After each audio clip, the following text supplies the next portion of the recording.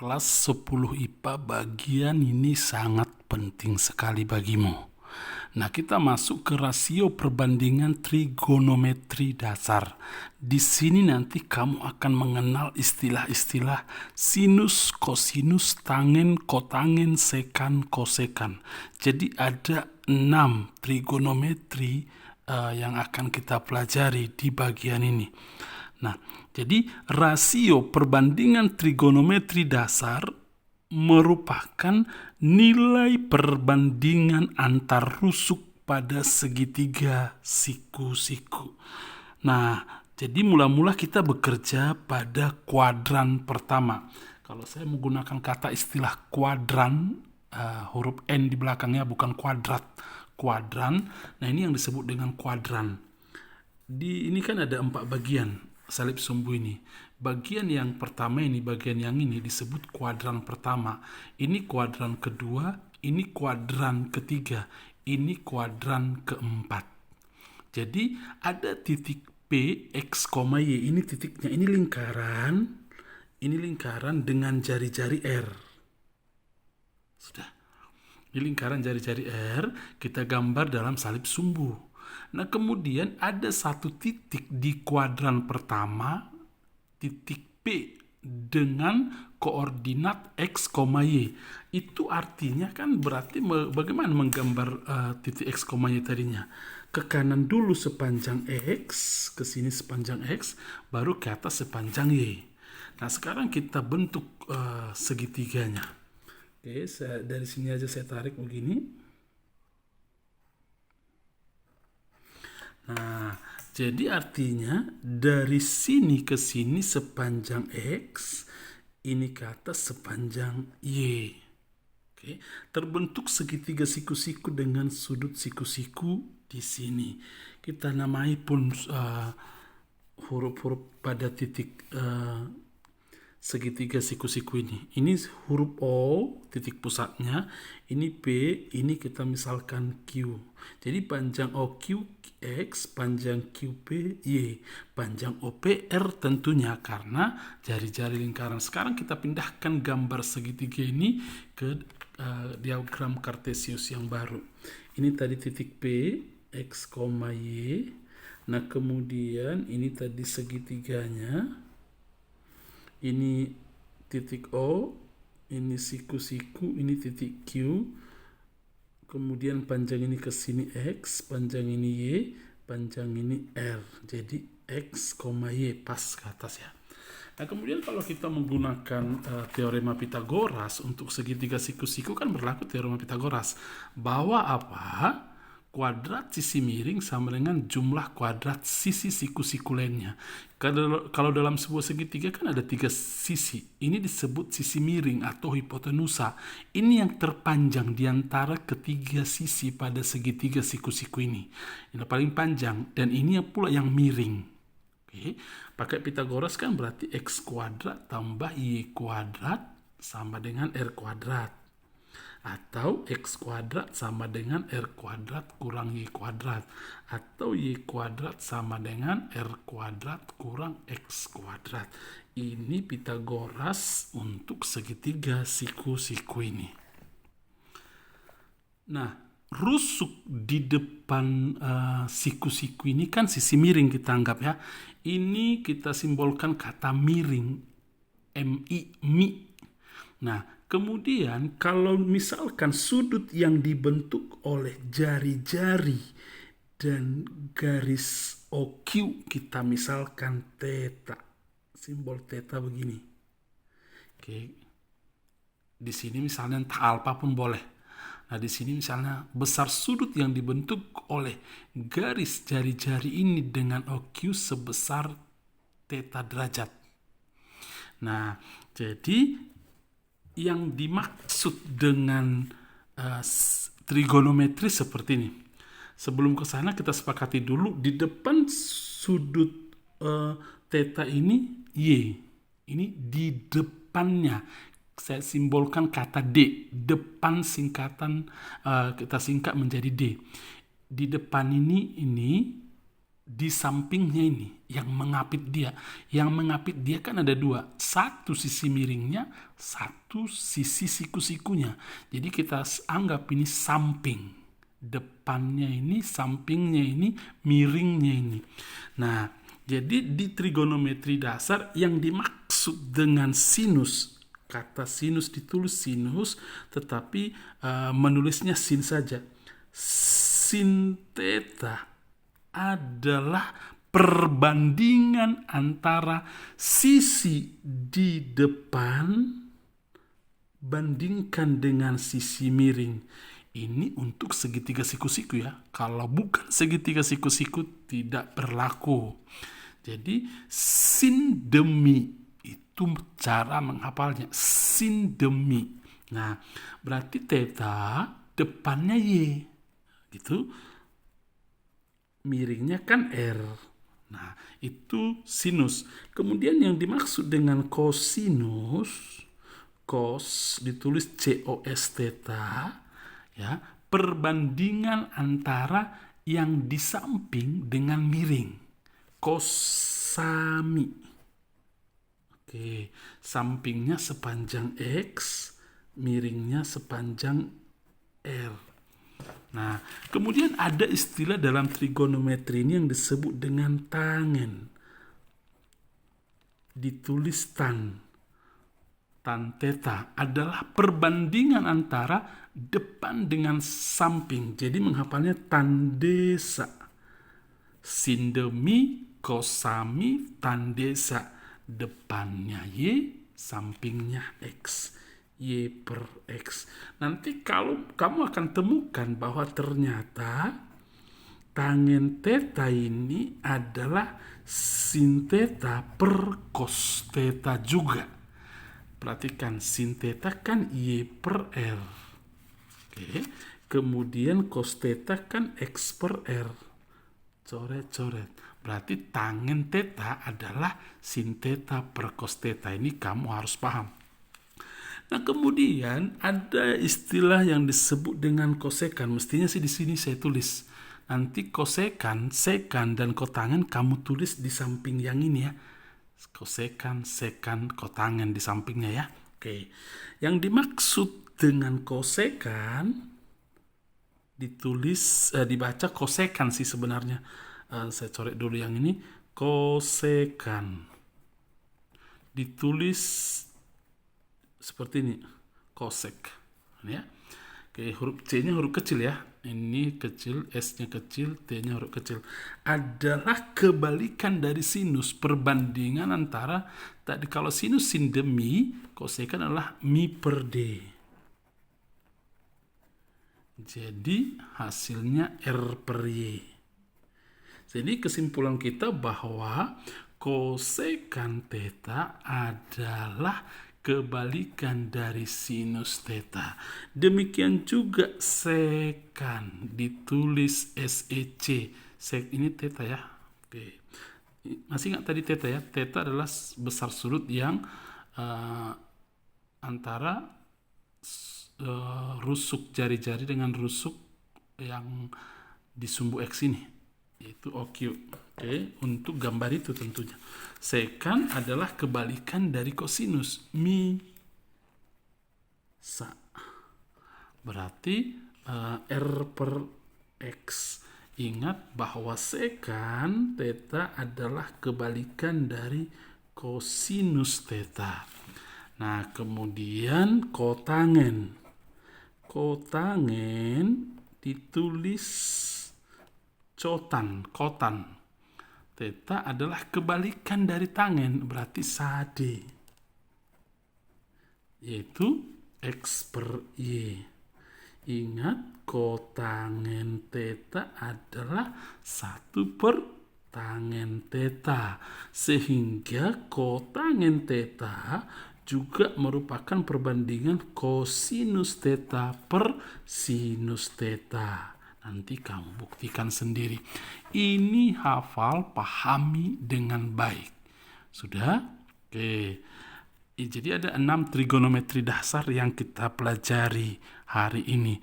Nah, jadi kalau ada istilah-istilah sinus, kosinus, tangen, kosekan, sekan, dan kotangen, ketika ditanya orang, itu dari mana sih istilah itu? Itu hanya sebuah istilah perbandingan rusuk-rusuk pada sebuah segitiga siku-siku. Ulangi, perbandingan rusuk-rusuk pada sebuah segitiga siku-siku. Sinus theta adalah perbandingan antara sisi di depan sudut tersebut dengan sisi miringnya. Demikian kamu nanti akan menjelaskan pengertian hingga kosinus, tangen, dan selanjutnya. Ya. Nah, misalnya begini lagi ada soal, perhatikan gambar. Ini ada segitiga siku-siku. Siku-siku di B, segitiga ABC. Ini huruf besar ya. Di depan sudut A kecil panjangnya. Ini panjangnya A kecil, huruf kecil. Ini panjangnya B, ini panjangnya C. Nah, sudut yang dibentuk oleh BC dan garis CA, rusuk BC dan CA alfa. Nah, dari sini mari kita cari dulu keenam rumus trigonometri dasarnya. Dan yang ditanya adalah sinus alfa. Berarti sin demi, kan gitu ceritanya, sin demi. Maka di depan dari alfa sisi mana? C, sisi AB. Berarti C kecil per miringnya tetap yang paling panjang lah pada segitiga siku-siku. Yang di depan sudut siku-siku berarti per B. Jadi tergantung gambar nanti kamu ya. Nah, kemudian kalau ditanya kosinus alfa, kosami. Sampingnya si alfa tentunya inilah. Jangan ambil sisi miring. Sisi miring di dalam posisi ya paling panjang miring. Meskipun memang di samping alfa ada 2 ini dan ini, tapi kita ambil yang di samping adalah yang bukan sisi miringnya. Berarti BC atau panjangnya A per miring B. Nah, kemudian tangen alfa, tandesa. Depannya mana tadi? C, sampingnya A. Nah, kemudian kalau ditanya misalnya kosekan alfa adalah kebalikannya. Langsung aja B per C. Sekan alfa adalah B per A. Kemudian kotangen alfa adalah A per C. Oke. Nah, begini lagi. Diberikan cos theta 12 per 13. Tentukan sin theta, tangen theta, dan sekan theta. Nah, ini boleh kamu gambar dulu. Boleh sih kamu bayangkan, boleh tidak. Nah, tetapi boleh kita gambar sebuah segitiga siku-siku. Ingat, trigonometri yang keenam itu kita peroleh dari segitiga siku-siku. Apa definisi sinus atau yang lainnya itu adalah perbandingan rusuk-rusuk pada segitiga siku-siku. Misalkan ini siku-sikunya. Oke, tetanya kita ambil terserah di mana. Jangan lagi di sudut siku-siku tentunya. Boleh di sini, boleh di sini.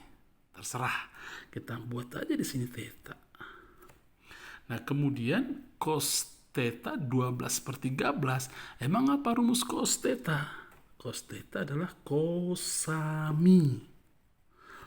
Sampingnya 12, miringnya 13. Pada segitiga siku-siku kan yang miring ini. Yang di depan sudut siku-siku ini 13. Berarti samping dia adalah 12. Kalau kita pakai Pitagoras, bisa kita cari ini? Bisa. Kan kalau pakai Pitagoras ini akar dari 13 kuadrat kurang 12 kuadrat. Jangan nanti anak 10 IPA Pitagoras pun tidak bisa.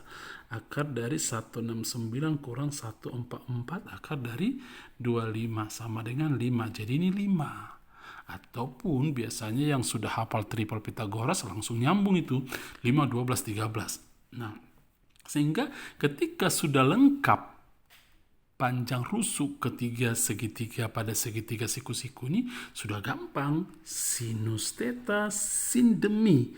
Depannya 5, miringnya 13. Tangen theta berarti tandesa depannya 5, sampingnya 12. Sekant theta kan kebalikan dari kosinus. Ya, kebalikannya adalah 13/12. Seandainya ditanya lagi kosekant theta, kebalikan dari sinus 13/5. Kotangennya 12/5. Nah, apabila sekant alfa 5/3, kita gambar dulu segitiga siku-sikunya. Oke.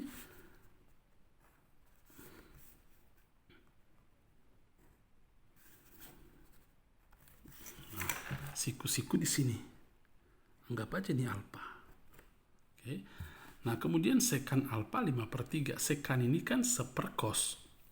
Nah, berarti kalau sekant alfa 5/3, otomatis kosinusnya adalah 3/5.